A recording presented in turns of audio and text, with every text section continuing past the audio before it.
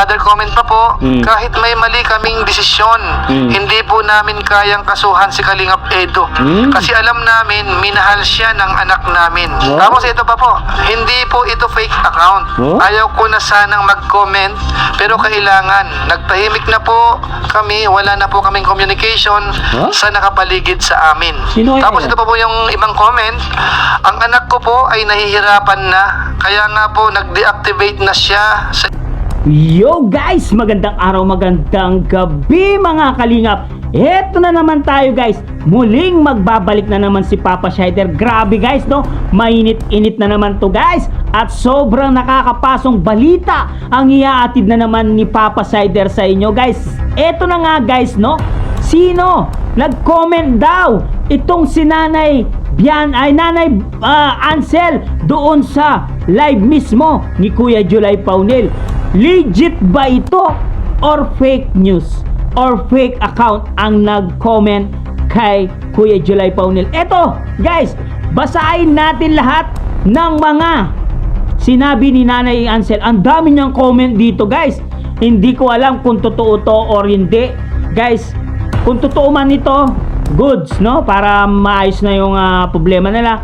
Pero kung hindi naman, syempre lalaki at lalaki talaga itong sitwasyon na to guys no. Para sa akin naman, kung maghihingi man sila ng sorry, dapat sa public apology ang gagamitin nila guys. Guys, panoorin natin to guys. Syempre, kung bago ka pa lamang sa ating YouTube channel, huwag kalimutan mag-like, mag-share, mag-subscribe, kahit na notification bell button para updated kayo sa mga ilalabas natin reaction video mga kalingap. At syempre guys no, huwag kalimutan suportahan sina Kuya Bal Santos Matubang at Eda Vlogs, Kalingap Rab, Kalingap Team, syempre Kalingap Reactor, Papa Shider TV, syempre Kuya July Paunil, suportahan din po natin. Sa kanya po galing ang mga screenshot na to at ang video na to guys. Panoorin na natin guys, gaano katotoo ang mga comment ni Nanay Ansel na pasabog niya dito kay Kuya July Paunil sa live niya. Panoorin na natin. Let's go! Huli na po tayo, pag-usapan na po natin itong patungkol po sa naging live ko po kanina, na kung saan yung topic po natin dito ay patungkol doon sa issue, doon sa revenue ng mga reactors na marapat daw ibigay kay V, mga bayan natin, na kung saan naman niliwanag nung isa sa mga sponsors ng Team Guapa na yun daw po ay fake news. Kumbaga ho, gawa-gawa lang daw po yun ni Mang Iking. So, klinaro po natin yung dun sa ating live stream. Sana sa mga sponsor ni V, protect nyo si V kay Iking at Red Saint. Kasi lagi nang gamit pangalan ni V sa kasinungalingan nila. Kawawang Batalero family. Lalo na si V yan, ginamit lang sila ng at nagpapagamit din sila. Kala ko ayaw na ng gulo. Mas lalo pa silang nababash.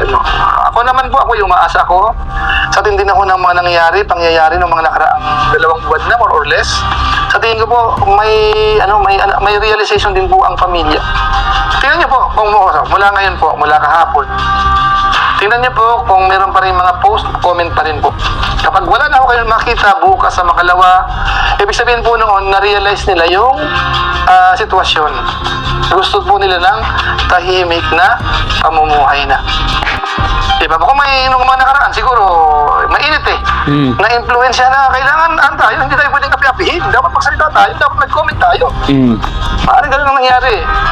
Pero sa social media po hindi ganun. Kung vlogger ka, oo, bakbakan, sige, bakbakan kasi content yan Hindi ka naman vlogger Sa dyan basahin mo comment ni Nanay Ansel. May comment na naman. Ba't hindi ko makita? Hindi ko makita, siguro sa replay, siguro hanapin ko na lang po. Anong comment po ulit? Kaso nga lang habang nagla-live po tayo, may nag-comment ho na ang account name nga po ay si @146 Hansel Jane. Na sabi nga po nung mga nasa comment section, baka daw po fake account yun. Kaso nga lang, sa pagpapatuloy po ng ating live stream, marami pa pong comment ang mga nabasa ng mga viewers natin. Ako po kasi hindi ko masyadong mahanap yung mga comment na yun. Kaya after ho ng live ko, chinek po natin, at yung iba naman po ay nag-send sa atin ng mga screenshot. So nakikita ho natin yung mga comment comment ho ay napaka-positive. Ano po, lumalabas, parang legit siya. Kasi kung sakasakali hong fake account yun, dapat mga negatibo yung i-komento po doon. Kaso nga lang po yung mga komento ho ay ang ganda. Ito po yung ilan sa mga comment. Bali po ang nagko-comment dito ay yung at 146 Hansel Jane. Sabi niya po dito, hindi po ito fake account. Ayaw ko na sanang mag-comment pero kailangan. Nagtahimik na po kami. Wala na po kami communication sa nakapaligid sa amin. Isa pa pong comment, sabi niya, Sir July, wala po kaming kinakasuhan. Tapos isa pa pong comment, pasensya na po sa nasaktan namin sa mga desisyon. Alam ko po na hindi ganon yun. Alam ko hindi na kayo maniwala dahil sa nagawa namin. Another comment po, nakausap ko ang anak ko. Yung nagsabi dito na mag-comment daw po sa post ni Kuya Jens, yun po ay fake account. Kaya nga po nag-deactivate kasi maraming nag-bash direct message sa kanya. Another comment pa po, kahit may mali kaming desisyon, hindi po namin kayang kasuhan si Kalingap Edo. Kasi alam namin, minahal siya ng anak namin. May maganda silang pinagsamahan. Ito pa po, Sir July, okay na po sana. Wala po kaming kinasuhan. Nag-usap na po kami. Nagpunta si Edo sa bahay. Tapos isang comment pa po, wala po talaga kami kinasuhan, Sir July. Lalo na kay Kalingap Edo. Tapos ito pa po, hindi po ito fake account. Ayaw ko na sanang mag-comment, pero kailangan. Nagtahimik na po kami, wala na po kaming communication sa nakapaligid sa amin. Tapos ito pa po yung ibang comment, ang anak ko po ay nahihirapan na, kaya nga po nag-deactivate na siya sa FB para hindi lalo makabasa ng maraming bad comments. Tapos ito pa po, Dami hindi po kami nag-file ng case. Base sa mga nagsasabi, may samahan naman po sila anak ko. Bakit kakasuhan namin? So yun po mga kalingap, yun po yung mga comment po doon nga po sa live natin from Hansel Jane, na kung saan ho, magaganda po yung komento at naka-highlight po doon yung patungkol nga po sa mainit na usapin, yung patungkol po sa pagkakaso po kay Kalingap Edo, na sinasabi niya po doon na hindi po sila nagkaso kasi nga raw sa pagkakaalam nila, naging maganda naman po yung samahan ng anak nila at saka si Kalingap Edo. At sinabi rin po doon na yung account na yun ay hindi raw po yun fake. Ngayon ang tanong, naniniwala ho ba tayo? Kung kayo po ang tatanungin, fake account ho ba yun or legit account? Kasi po ngayon po ay legit account, napaka-positibo po noon. Nakita ko po yung gulo na ito, unti-unti pong mawawala yan. At baka ho magkasundo-sundo na po. Kung sakasakali ho na legit account po yun. Pero kung sakasakali naman pong fake account, ay maraming reaction po ang mangyayari dito. At baka ho kung sino-sino po ang pagbintangan, yung mga nag-comment na yun, mamawahin po natin. So abangan po natin yan kung ano po ang kakalabasan, kasi pinapacheck din po natin doon sa may mga connection po sa kanila. Kung sakasakali hong siya mismo yan, siguro ho malalaman nyo po yan. Pero ako po personally, sa tansya ko ho, parang higit 50-50 po ang nakikita natin. Sabihin natin 60-40. Yung 60 ho yung parang legit. Base po sa comment, parang legit. So baka madagdagan pa po yan. Depende ho sa mga darating na araw pa. Kung magko-comment po uli, o kaya kung mag-check na po ito, may magsabi sa atin, na yun po ay legit account. Ngayon kung sakasakali naman pong fake account, ay wala na po tayong magagawa. Ano po ang mahalaga po dito? Malaman natin kung ano po ang totoo. Mamamayan po natin. At gaya ng sinasabi po natin, kung sakasakaling totoo po yan, marami pong matutuwa. Pati po yung mga bashers siguro sa ngayon, baka sakaling mawala po yung galit nila. At saka ho, baka tuluyan na hong matuldukan yung problema na yan. Sabi ko nga po, kahit hindi naman na bumalik, at least maghiwalay man lang ng maayos, yung pwede magkausap, pwede magkatulungan, nang walang giyera o kaya siraan. Banat dito, banat doon, paninira dito, paninira doon, ng mga nakapaligid at saka yung mga concern mismo. At ho, yung mga comment na mga bad comment, sana maiwasan na po yun. Sana kamukha nung mga comment kanina, na nakita natin na maganda po yun, ano?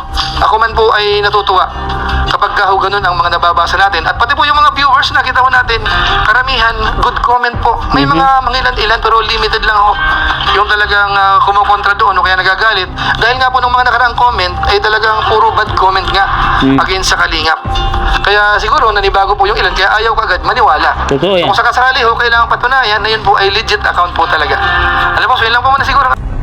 Yun nga guys, narinig natin guys ang mga binasa ni Kuya July Paunil na sinabi ni Nanay Ansel doon na hindi naman daw sila nagdemanda kay Kalingap Edu guys, at may pinagsamaan naman daw sila guys ni Kalingap Edu guys. Never daw nilang gagawin yun. Totoo kaya yun guys?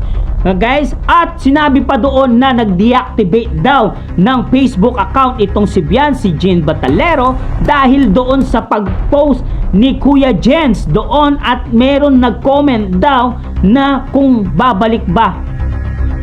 Sa tingin na babalik ba daw itong si Biancy. Sabi doon hindi na daw siya babalik, di ba? Sabi daw doon fake account doon, fake account daw yun guys. Gaano katotoo lahat ang mga sinasabi nila dito? Kasi nga guys, paiba-iba kasi yung mga pangalan na ginagamit ni Nanay Ansel. Kasi ako nagdududa din ako kung totoo yan o hindi. Kasi nga guys, minsan iba yung gamit niyang account, tapos iba na naman yung gamit niyang account. Paiba-iba po yung gamit niyang account. Ang mas magandang gawin po ng pamilya Batalero na yan, na guys, ito lang ang masasabi ko, mag-public apology kayo sa mismong channel ni Kalingap Rab para maayos ang lahat ng yan. Doon lang talaga magiging satisfy ang mga manonood.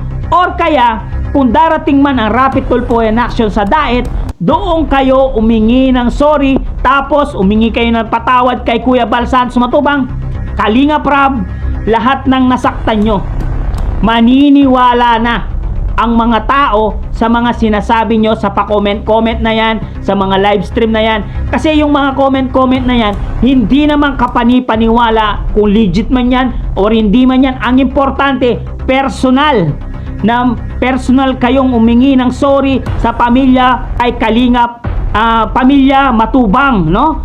Humingi kayo ng personal sa pamilya Matubang, Kuya Bal Santos Matubang at kay Kalingap Rab. Siyempre, kung gusto nyong mawala ang mga haters nyo, kung sakaling dumating yung rapid tulpo, doon kayo humingi ng dispensa. Nakaarap nyo itong si Kuya Bal, si Kalingap Rab at si Kalingap Edu. Doon pa lang magkakaayos ang lahat. Maniwala kayo sa akin, doon talaga. Sigurado 50-50, 60-40, 70-40. Ang 70 mawawala po ang galit sa inyo. Yung mga iba lang siguro yung hanggang ngayon galit pa, mga 30% siguro ay galit pa rin sa inyo. Ganun yun. Kaya kung pa-comment lang kayo sa sulok-sulok ng social media, eh maraming hindi maniniwala sa inyo. Ganun dapat yon. Kailangan mag-public apology kayo. Kung hindi man makarating ang rapid tulpo in action, dumunog kayo sa channel ni Kalingap Rab. 3 million ang subscribers nun. 3.6 million ang subscribers ni Kalingap Rab. Kapag doon kayo nag-public apology, lahat ng nakasubscribe kay Kalingap Rab ay makikita po yan. Kasi marami ang magre-reaction doon at marami ang makikisimpatya doon sa paghingi yung tawad doon sa channel ni Kalingap Rab. Doon pa lang magkakaayos ang lahat. Maniwala kayo kay Papa Shader. Ako, opinion ko lang to guys kasi medyo hindi ako satisfied doon sa comment na yun. Kung totoo man yung legit yun, okay. Kung nagbibigay na sila ng simpatya na maging magpakumbaba, pero kailangan pa rin yun. Kailangan pa rin ang public apology sa pamilya Matubang guys. Yun lang ang tamang solusyon. Yun lang ang uling alas nyo, no? Para matigil na ang kaguluhan nito. At huwag na kayong maniniwala sa mga nakapaligid sa kanyo, si Mang Iking at Mang Karnor. Kapag lumayas kayo dyan sa nakapaligid sa inyo, yan sigurado mawawala na po ang kaguluhan sa pamilya. Matatahimik na po ang pamilya nyo. Kahit ako, kung nangyari yon, matatahimik na rin ako. Hindi na rin ako magre-reaction sa inyo. Siyempre, tahimik na eh. Naging public apology na kayo. Siyempre, sasabihin ni Kalingap Bal Matubang at Kuya Rab Matubang na wag na pong reaksyonan itong pamilyang to guys. Nakikiusap ako. Sila mismo ang magsasabi nun sa mga reaktor, sa magkabilang reaktor na wag nang reaksyonan tong pamilyang to. Sigurado matatahimik ang pamilya yon. Guys, anong masasabi nyo dito sa comment ni Nanay Ansel sa live ni Kuya July Paunil guys? Comment down below guys at babasahin natin lahat yan guys. Maraming salamat guys sa mga hindi pa nakasubscribe dyan guys. Subscribe na po kayo. Hanggang dito na lang. Maraming salamat. I love you all guys. Mua, chup chup. Sana naliwanagan ang lahat para maging okay ang lahat. Bye-bye.